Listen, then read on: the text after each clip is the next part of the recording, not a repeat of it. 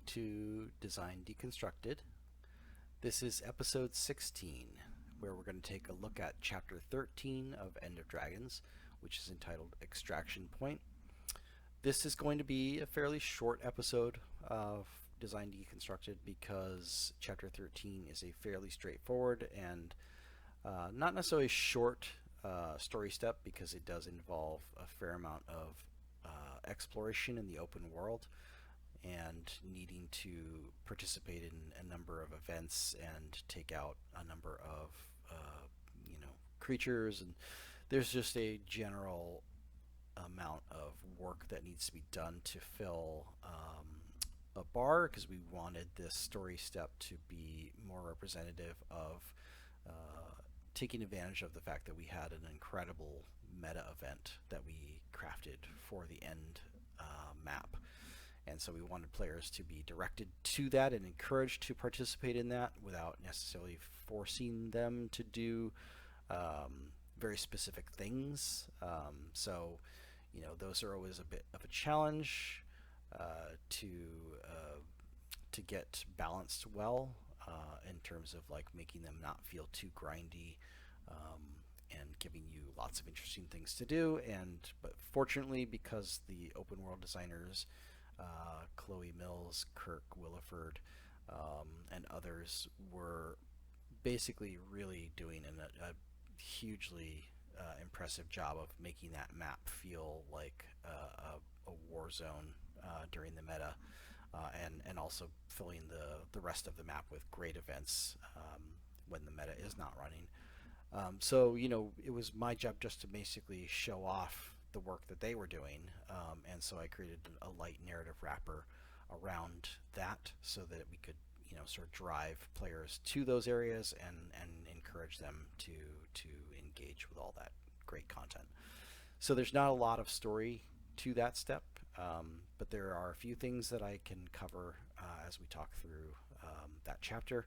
So but like I say, it will be a shorter episode because of the fact that there's not a lot of story content in that step.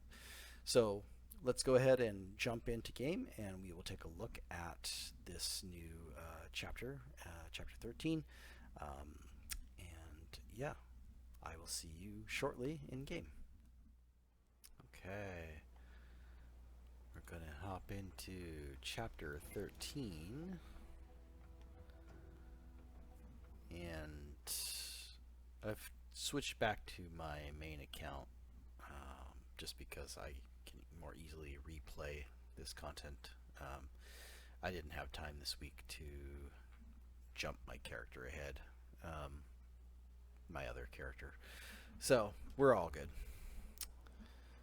Yes, so just got out of June's mansion. Let's see.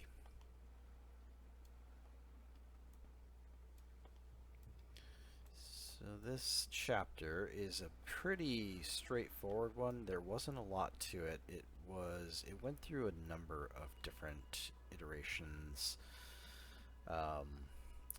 in paper design, I should say. We did settle on the solution for it fairly quickly.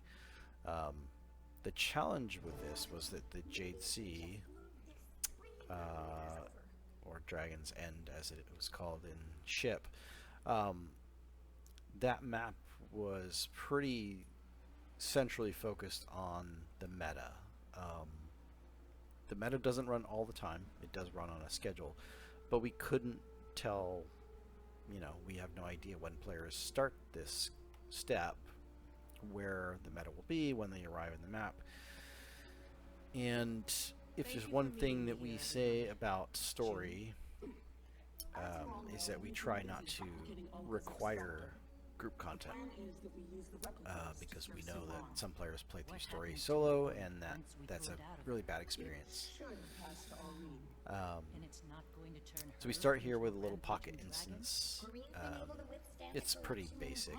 There's just some dialogue. There's some interesting character moments here. What's Suwan's status? Still rampaging. We've managed to keep her contained.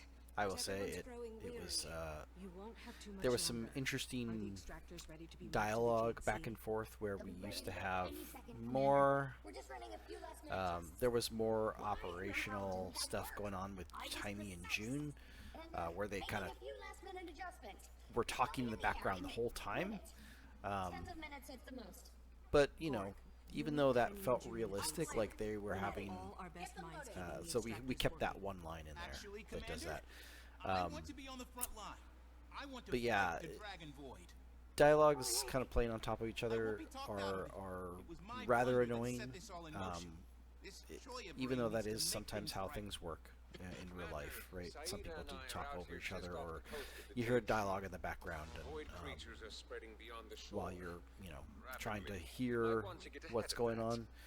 If you have any forces But it that are doesn't air really capable, work in practice when you're doing I can go multiple with you. I'm dialogues at good with once. heights. So we ended up as long as you've got an streamlining airship this and a whole reasonably scene, useful to fight, you're hired. Very well. and Kaz, Jory, it's since it's you a lot know all shorter. players involved, I need you two to join Battlefield Command. We won't had leave the them. commander doing a I big know. speech here, We've been here before. and we got feedback It that didn't break us then, the and it commander won't is break us kind of, now. fairly long-winded and has lots of speeches, and so we didn't want to have just yet another speech. And for these pocket instances in particular, they're small, and so having a lot of dialogue It's a lot. that you can't skip is not ideal for a small space like this. So we ended up putting a lot of this extra stuff in. So these are It's open. We take this bonus back. dialogues that you can have with all the characters. Every step of the way. Every step Yeah. of the way. Jory and Kaz have their nice little moment there. I am, again, because this series is not focused so much on narrative and dialogue, I'm going to skip the bonus dialogues, the optionals, and I'm going to head out. So yeah, to kind of follow up on the point that I was making at the start of this, obviously the next part of this is to travel to Dragon's End, and the meta might very well be running. It might be that Suwon is in the middle of being pacified at the Harvest Temple, and so it creates this Commander, the weirdness extractors just of reached the Jade temporal Good timing. So have I. We'll sort of need you to place the disjunction live perimeter or extractors. desync, While whatever Timey and I travel phrase with the you main device to want a to use. staging area near the Harvest Temple. You'll need to lay them out And in a configuration it's that leaves no room for her it's a escape. challenge, right? Like this is the one of the big things about open world story that is It should be dropping in a any continual second now. headache for us because ideally this stuff would all line up, but it doesn't oftentimes, just because of the nature of the open world being what it is. So we have to sort of hand wave a little bit of this. So we have our story stuff running on a parallel layer on top of the open world content, so that the open world content doesn't feel like it's I've got the device. taking away from Good. or Use the competing global with location story, reset. but Oh, that they and, play well together, Commander, hi. which is not always easy. We just got a chance to survey the Jade Sea. It's a mess out there. Which is no one's fault. The void just keeps coming. The Anyway, I'm sure that the people step at the as Jade it Sea would exists, appreciate like I said, any it went help through you have some to offer a while number you're of out there. different paper design iterations. One of them being basically we were going to do so if you're familiar with the meta starts here at the Quarry Passage, and then it kind of goes down 3 lanes, left, right, and center, and ends with everybody kind of meeting up at the Harvest Temple, and then going up to the the top of the tower here to confront Suwon, which we thought was really cool. And so in paper design, one of the things that I had wanted to do was for this step basically start there, and we were going to pick the center route because it was the shortest, and we were basically going to do an instanced version of the meta event here in Jade Sea, and that was going to be chapter 13. In the end, we recognized fairly early on, even before we left paper design, that that would be well beyond the scope of what we were capable of doing, because it was,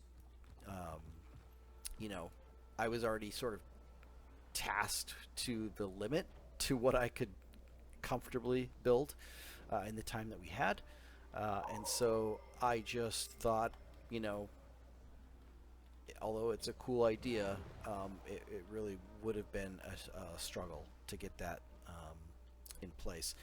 The other problem we were going to run into is that if you know, like quarry passage, I mean, we could have done this in a different way. We could have had just instance boundary around here, but quarry passage starts, even though the center lane is the shortest lane, it's still a fair chunk of the map. It's it's about I mean, it's almost the whole length of the map.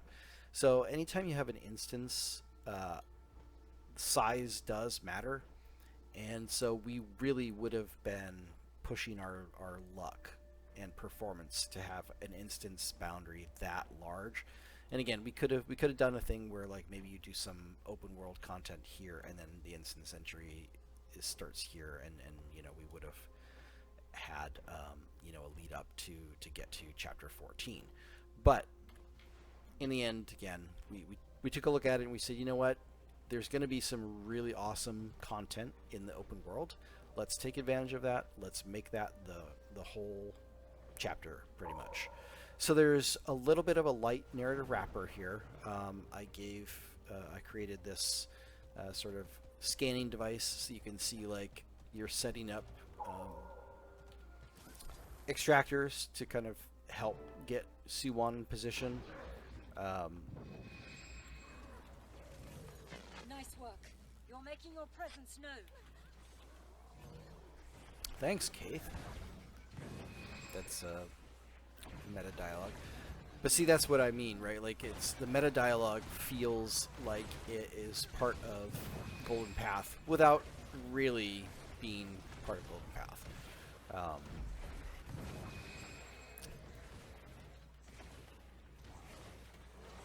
And in particular, because this map is so focused on the, it's telling a parallel story. I mean, really even the same story in a number of cases where the forces that are here, First extractors on the ground. while we're placing extractors, they are in the process of, sort of getting Hey, sent some local rapid the forces relocation ready steps. We'll be lucky if they don't rob us blind.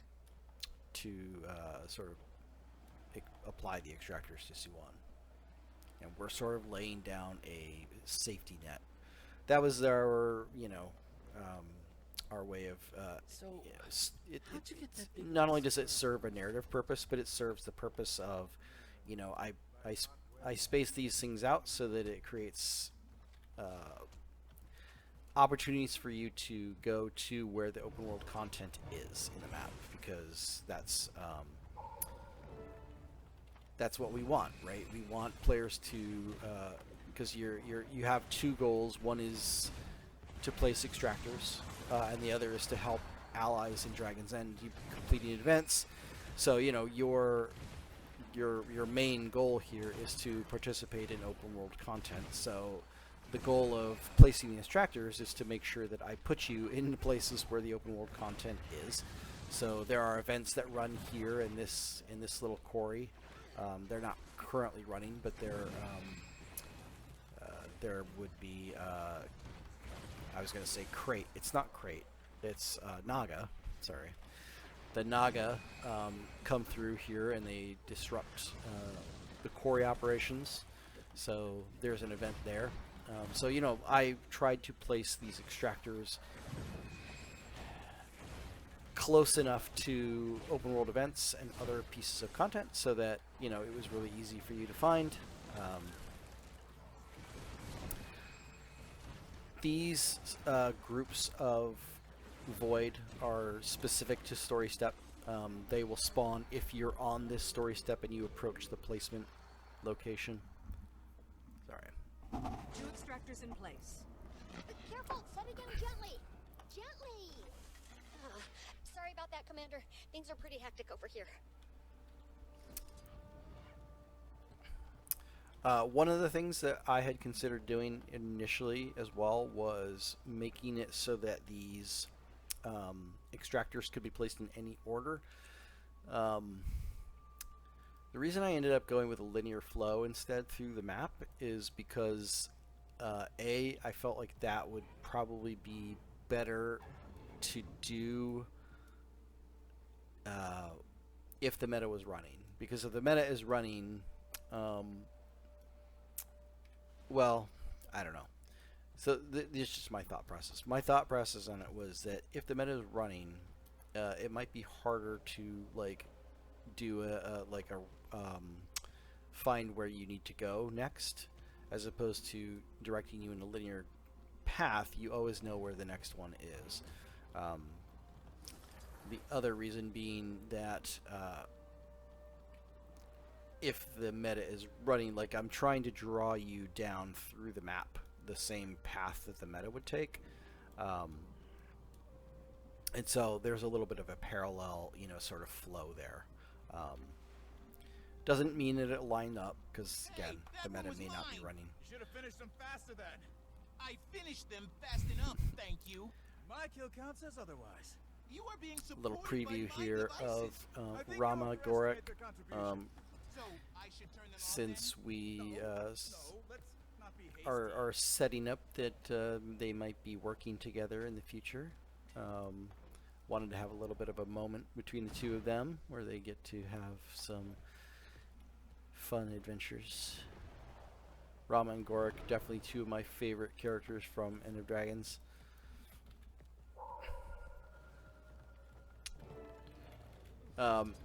This is also one of those interesting things where we had gone a bit back and forth on how frequently these void will spawn, because multiple players on the story step approaching this at the same time could have triggered them multiple times. I did put in a bit of a cooldown on this spawn so that if two players arrive at the same time and they're both on the same story step, it won't trigger two different spawns unless that spawn was killed within a certain amount of time. Because we didn't want it to be a freebie that you just get here and can just automatically place the extractor down. We wanted you to have to fight a little bit here just to, again, narratively sell that, the void is actively operating in the area, because during the meta, sometimes, these areas are going to be quieter than others, especially when the meta is not running. So we wanted to make sure that there was at least some combat for players. Thirds in place. Good, good. We've had a But we bit of didn't want to complication over overwhelm here. players and Seems have we've to, attracted the attention of some void monsters. You're all right? constantly spawning Can't handle. either. Gang members are pretty So tough, and so far they it's haven't kind of a fine line sometimes. That we The know balance of of. that, finding out how much to spawn something in the open world, specifically for story characters, is a tricky thing sometimes. So that went through a couple of different iterations to make sure that we got it the pacing of that well done. So.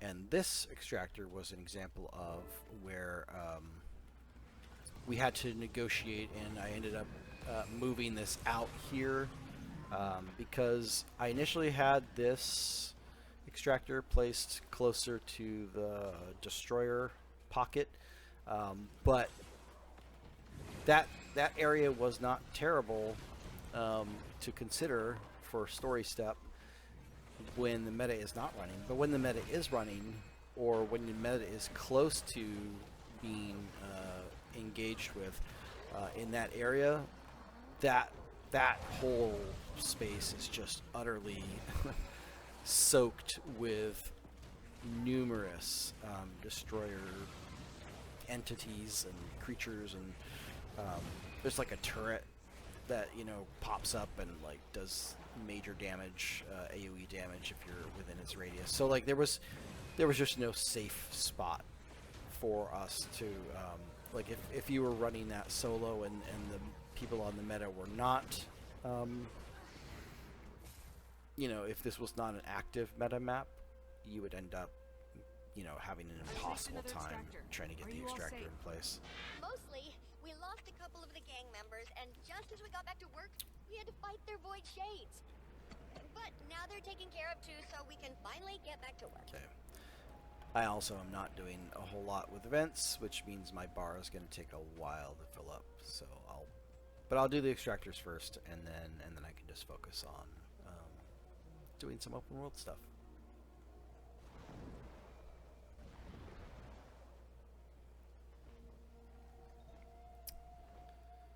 The other thing that we did for this step in particular, and we've done this a few times, is because there are story dialogues that play based on what you're doing in the steps, but there can also be comm calls or other dialogue that plays to track the meta or do other things in the map. We ended up doing a cooldown on this one as well, where anytime a story dialogue plays or wants to play, it checks to see if there are any other dialogues playing first, and if there are, it places a buff on you, and then that buff will just keep checking to see, hey, are you still in dialogue? And if you are, it does nothing, and when that if statement returns false, then it says, oh, you're no longer in dialogue, it's safe to play my dialogue, and then it will play the story dialogue. That's a thing that would be great if we had maybe some more automated tools to do. That's something that we I'm hoping that we can look into for future tools, but our tool set is does not handle that case currently, so we have to do some trickery to make sure that story dialogues don't get stomped on by the meta dialogues. And this is one of those edge cases where the meta dialogues are just as important as the story stuff. And normally we would probably knock out the event dialogue and have the story stuff play over it, but because the meta event stuff is important, and because your goal here as a story step is to basically participate in open world content, which can include the meta, it really made more sense for us to just have that sort of setup in place. So yeah. We should be done in a few All right. minutes, so long as we don't have any more interruptions. I feel bad because I think this map might be trying to do the meta, and I'm kind of messing around, and I'm not really gonna. Well, I'll start participating now, but yeah.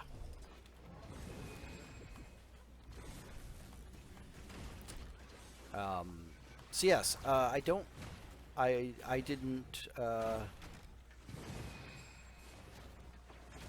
What was I gonna say?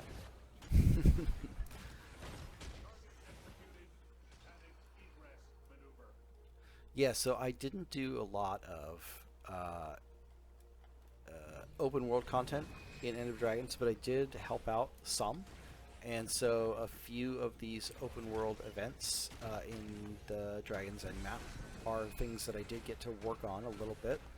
This is not one of them, but this event is here, so I'm going to play through it. But I did... So the two that I did the most work on are... There's two events at the quarry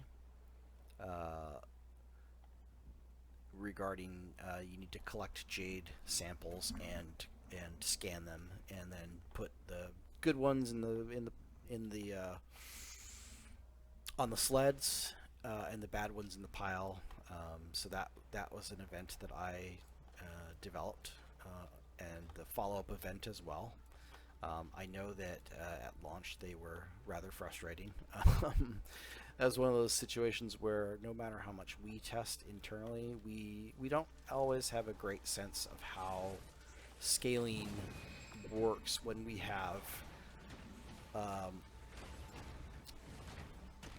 the kinds of player behaviors that we don't necessarily see in playtesting. So like when we playtested that, we tested the scaling and it seemed fine for the test that we ran.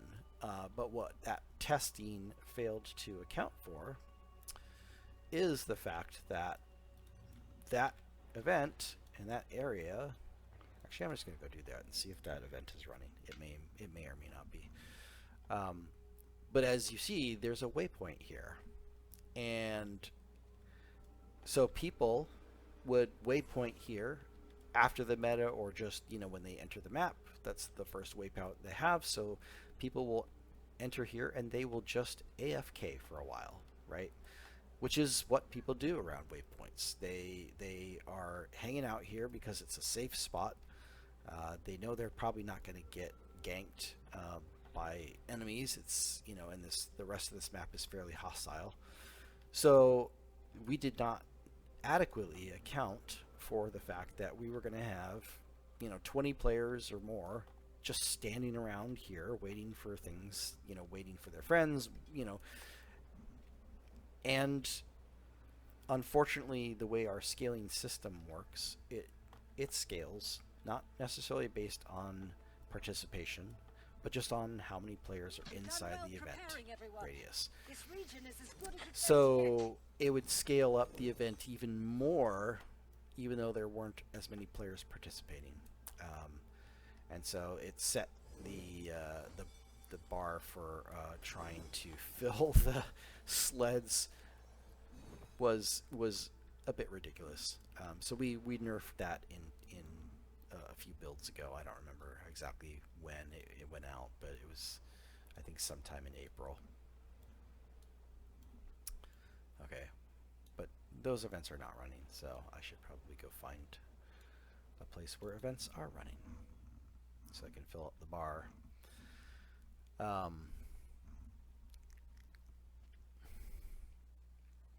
I also don't know that I have a whole lot more to say on this story step, as a matter of fact, though. We could just call it and then pick it up with the next episode, which will cover the epilogue. Just because